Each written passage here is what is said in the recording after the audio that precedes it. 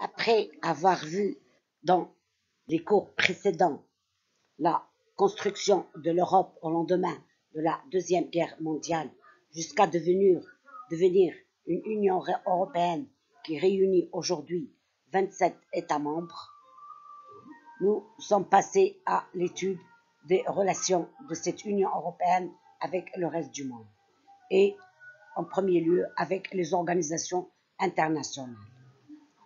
6 juin, vous allez trouver des vidéos qui concrétisent ce qu'on a vu sur le plan théorique sur ces organisations.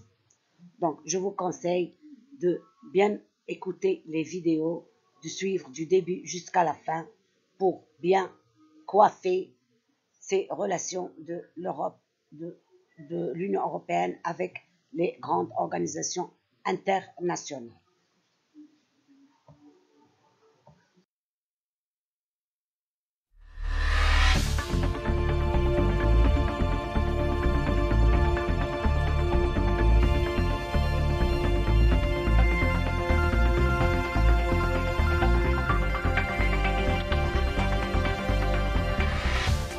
Genève est le centre de l'Organisation des Nations Unies le plus important après New York en matière d'opération. Les activités de ces agences y comprennent aussi bien la fourniture de secours en cas d'urgence que la protection des droits de l'homme, l'assistance au commerce international et les technologies de la communication.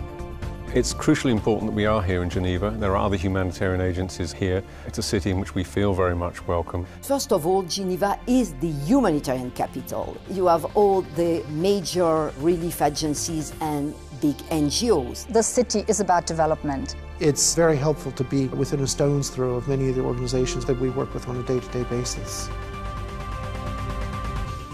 Plus de 9500 personnes travaillent ici pour les Nations Unies, y compris certains des plus grands spécialistes mondiaux dans des domaines tels que le désarmement, l'aide humanitaire, le droit international, la santé publique et le développement. Nous couvrons donc tous les aspects du travail de l'organisation, de la lutte contre la famine, les conflits ou les violations des droits de l'homme et les épidémies, jusqu'aux événements météorologiques extrêmes ou aux dernières technologies de l'information. There can be no true reconciliation and forgiveness without justice. Nous tenons près de 10 000 réunions à Genève chaque année, en présence de quelques 25 000 délégués. Ce qui fait du Palais des Nations un des centres de conférences les plus importants dans le monde. Parmi ces réunions, il y a les sessions du Conseil du droit de l'homme.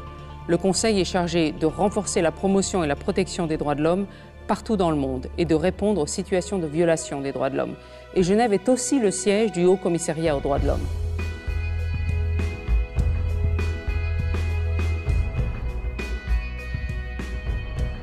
The Office of the High Commissioner works directly with governments. It works directly with civil society, NGOs, journalists, with anyone who's really working in the area of human rights.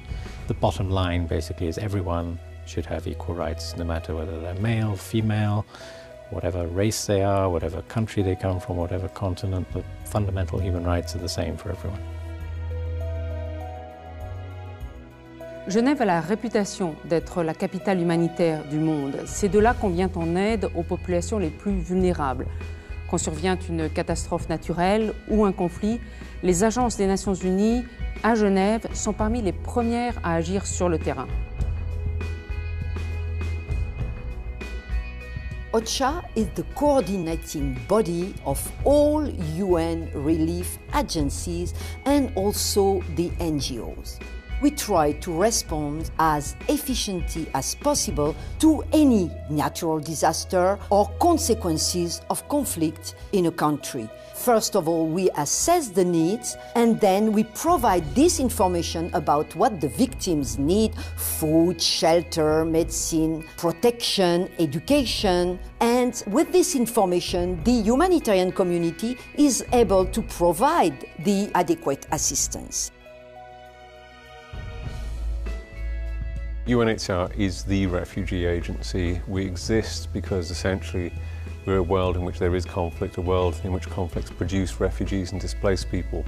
Our job is to try and help those people get the protection they need. Typically in an emergency you need to help very fast, and it's really basic help. It can be getting people tents to be in, it can be plastic sheeting, buckets, it can be the absolute basics of life.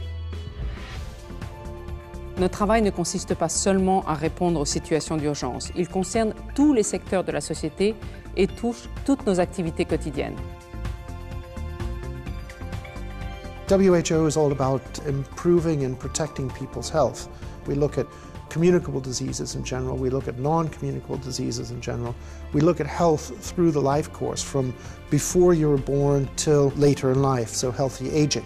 We also look at developing health systems, so that the health systems in member states are better able to serve their people. And finally, what we call health security, which is all about the acute public health events, from disease outbreaks to natural disasters to events like Fukushima.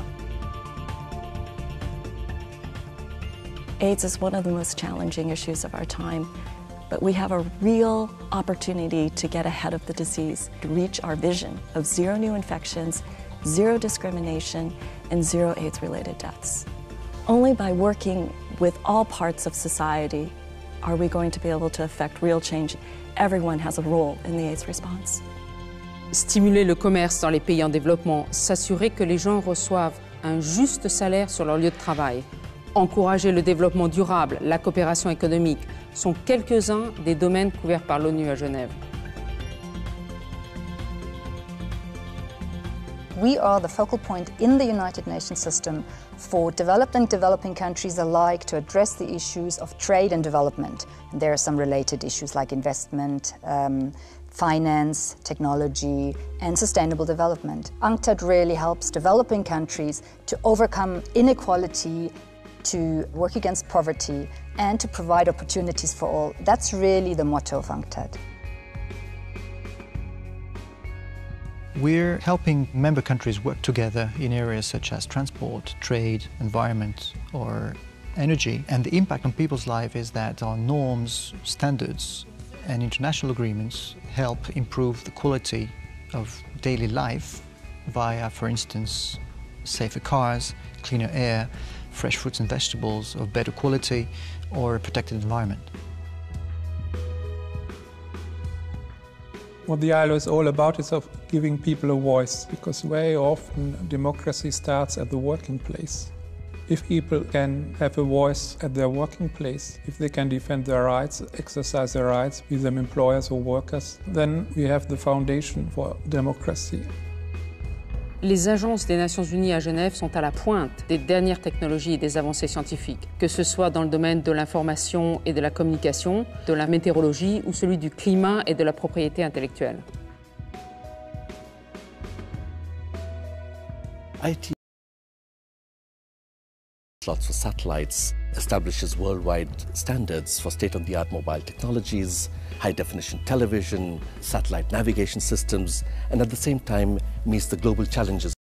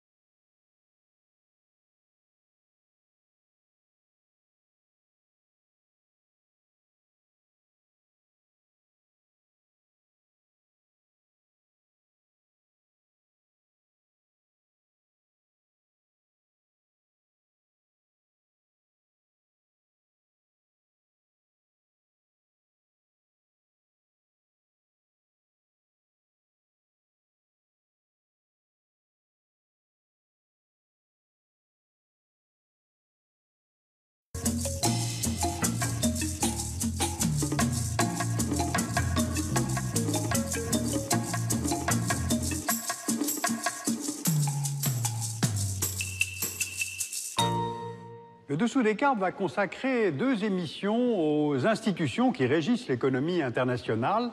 Alors pour ce faire, aujourd'hui, je me suis installé au Palais Brongniart, l'ancienne bourse de Paris, et qui aujourd'hui est devenu un lieu d'accueil pour les entreprises ou pour des manifestations. Alors aujourd'hui, je vais commencer par vous parler du Fonds monétaire international pour essayer de comprendre comment fonctionne le FMI. Voici sur le planisphère les 187 États membres du Fonds monétaire international, soit la quasi-totalité du monde, à l'exception de quelques États, comme par exemple Cuba, la Corée du Nord, ou l'autorité palestinienne, Andorre ou le Vatican. Le siège du FMI est situé à Washington, et ce fonds est né juste après 1945. Car pour réorganiser l'ordre mondial qui se dessine à la fin de la Seconde Guerre mondiale, les grandes puissances sorties vainqueurs, États-Unis, Royaume-Uni, Union soviétique, se réunissent été 1944 près de Boston pour une conférence à Bretton Woods. Et cette conférence va créer de nouvelles institutions chargées d'organiser la coopération internationale, parmi lesquelles une banque internationale pour la reconstruction et le développement, qui deviendra la Banque mondiale, et un fonds chargé de coordonner les politiques de change, ce qui donne naissance au Fonds monétaire international. À l'origine, ce fonds est créé pour réguler le système monétaire international de change fixe, basé après la guerre sur la convertibilité du dollar en or, mais avec la fin de cette convertibilité en 1971, le FMI se transforme en instrument de refinancement pour les pays considérés à l'époque comme en développement et qui font face à des crises chroniques liées à leur déficit budgétaire. Alors comment fonctionne aujourd'hui le Fonds monétaire international ? Le FMI reste un organisme prêteur. Il intervient lorsque les pays concernés en font eux-mêmes la demande et s'ils s'engagent à rétablir l'équilibre de leur balance des paiements par des politiques restrictives sur leurs finances publiques, ce qui, dans les faits, revient à exercer un contrôle sur les politiques économiques et sociales de ces États. Quels sont les financements du FMI ? D'abord, il est le 3e plus grand détenteur de réserves officielles en or du monde, avec 2827 tonnes en janvier 2011, derrière les États-Unis, avec 8134 tonnes, et l'Allemagne, mais devant l'Italie, la France et la Chine. Le FMI est aussi doté de ressources provenant de ses 187 États membres, variables selon le poids de chaque pays dans l'économie mondiale, et c'est ce qu'on appelle les quotes-parts. La quote-part la plus forte est celle des États-Unis, avec environ 56 milliards de dollars, la plus faible étant celle de Tuvalu, avec environ 2,5 millions de dollars. Ce qui fait que les États-Unis disposent de près de 17% du total des voix attribuées au sein du conseil d'administration, et Tuvalu ne dispose que de 0,01% des voix. Alors cette répartition des quotes-parts est très importante, car elle détermine pour chaque pays non seulement sa capacité d'emprunt, mais aussi son droit de vote quand il faut décider de l'attribution de prêts aux États en difficulté. Alors pour les décisions les plus importantes, les statuts du FMI exigent une majorité de 85% des voix, et avec près de 17% du total des voix, l'aval des États-Unis reste évidemment incontournable, et de facto, les États-Unis au FMI disposent d'un droit de veto. Sauf que depuis plusieurs années, les rapports de force changent. Certaines des économies émergentes, comme le Brésil, l'Inde ou la Chine, sont devenues de nouvelles puissances internationales et financières. Et fin 2010, lors du sommet du G20 à Séoul, les leaders de l'économie mondiale ont conclu un accord qui accroît l'influence d'un grand nombre de pays émergents au sein du FMI pour refléter, justement, leur place croissante dans l'économie mondiale. La Chine deviendra donc le 3e membre le plus influent du FMI, derrière les États-Unis et le Japon, mais devant l'Allemagne, la France, le Royaume-Uni et l'Italie. Et les 3 autres BRIC, donc l'Inde, la Russie, le Brésil, verront leur quote-part également accrue. Prenons maintenant la situation de l'Union européenne au sein du FMI. L'addition des voix des 27 pays de l'Union est supérieure à celui des États-Unis, et pourtant l'Union européenne demeure peu influente au sein de l'organisation pour 2 raisons. D'abord, l'Union européenne en tant que telle ne siège pas en tant qu'institution, et d'autre part, les États membres ont des gouvernements qui ne parviennent que très rarement à parler d'une seule voix. Voilà donc un petit peu résumé les mécanismes. Donc voyons maintenant la doctrine économique. car le FMI et d'ailleurs la Banque mondiale sont des institutions qui se fondent sur une même idéologie appelée consensus de Washington. Alors, ce consensus suppose le retrait de l'État de la vie des affaires, une plus grande intégration des économies dans le commerce international, et cela passe par l'application de programmes d'ajustement structurel et la privatisation progressive des compagnies nationales. Donc, pour être concret, prenons deux exemples de crises au cours desquels le FMI est intervenu. Le Ghana. Ce pays est aujourd'hui le deuxième producteur mondial de cacao derrière la Côte d'Ivoire. C'est une culture qui représente plus de 60% des exportations agricoles du pays, donc le Ghana est très dépendant du cacao. Or, en 1982, ce pays voit son économie frappée par la baisse générale des cours des matières premières agricoles, donc le Ghana est contraint d'emprunter et de s'endetter. Outre le cacao, le pays est également doté de ressources minières avec de l'or, du manganèse, de la bauxite, des diamants, mais l'industrie n'est pas suffisamment développée pour permettre une exploitation efficace des ressources et favoriser ainsi la reprise économique du pays. Donc Accra fait appel au FMI et obtient un total de 2,5 milliards de dollars sur 4 ans en contrepartie d'une libéralisation des prix et des échanges commerciaux. Résultat, les recettes de l'exportation des matières premières sont aspirées par le remboursement de la dette et donc elles ne financent pas la construction d'infrastructures type écoles ou hôpitaux. L'accroissement de la dette ne s'arrête pas avec la transition démocratique que connaît le pays à partir de 1992. Au contraire, cette démocratisation vient renforcer la confiance des bailleurs internationaux et du FMI envers son élève modèle. Donc en résumé, le Ghana poursuit les privatisations, mais cela ne l'empêche pas d'appartenir aujourd'hui au club des pays pauvres et très endettés. Alors récemment, des forages offshore ont mis au jour d'importantes réserves de pétrole, donc cette découverte constitue un excellent relais de croissance pour réduire l'endettement du Ghana, tout en devenant en fait une menace pour la suite de la démocratisation du pays.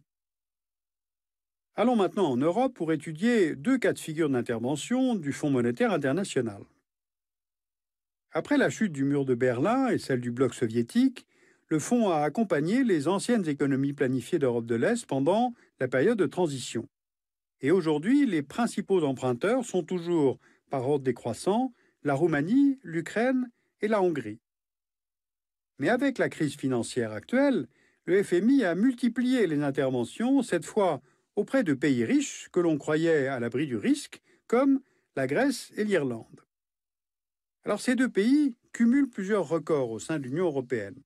Une grave récession économique, un taux de chômage supérieur à 10%, une dette publique très élevée, et cette crise est d'autant plus grave que ces deux États siègent à l'Eurogroupe, qui est un groupe qui réunit les États membres de l'Union européenne et qui ont adopté l'euro. Voyons en détail le cas de la Grèce. La crise éclate dans ce pays en 2009, lorsque le gouvernement nouvellement élu annonce que la dette publique réelle atteint 113% du PIB, soit près du double du seuil imposé par le Pacte européen de stabilité et de croissance. De plus, l'économie informelle du pays dépasse 20% du PIB. Donc les agences de notation mettent en doute la capacité de la Grèce à rembourser ses dettes, dégradent sa note, ce qui a pour effet immédiat de faire remonter les taux d'intérêt auxquels le pays peut emprunter. Donc pendant plusieurs mois, la Grèce demande l'aide de l'Union européenne, puis celle du FMI, et en mars 2010, malgré les désaccords entre la France et l'Allemagne, les dirigeants de l'Union européenne parviennent à un accord sur le plan d'aide à la Grèce, financé par la zone euro, mais aussi par le FMI, ce qui représente en apport respectif 80 et 30 milliards d'euros sur 3 ans. En contrepartie, la Grèce met en œuvre un plan d'austérité, mais celui-ci est bien sûr fortement contesté en raison du coût social qu'il engendre. Regardons maintenant le cas de l'Irlande. Depuis les années 90, ce pays applique un taux d'imposition sur les bénéfices des sociétés de 12,5% pour attirer les investissements et les multinationales sur son sol. Or, ce taux d'imposition est moins de la moitié de celui qui est appliqué dans les principales économies européennes. La croissance de ce pays dépendait en fait beaucoup de cette très faible imposition et aussi du secteur financier, qui représentait 14 fois le PIB irlandais, contre une moyenne de 5 fois pour la zone euro.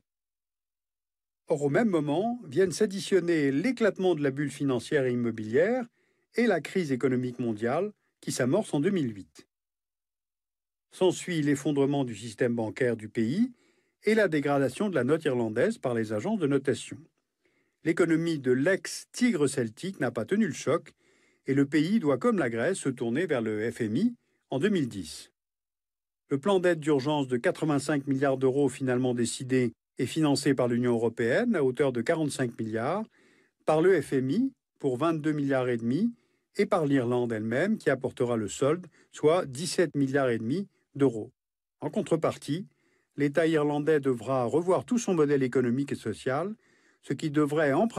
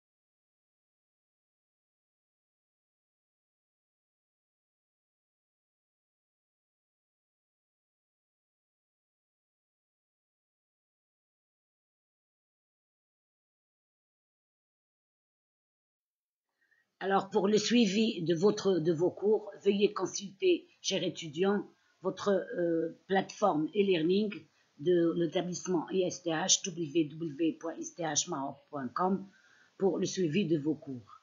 Et au revoir, à bientôt.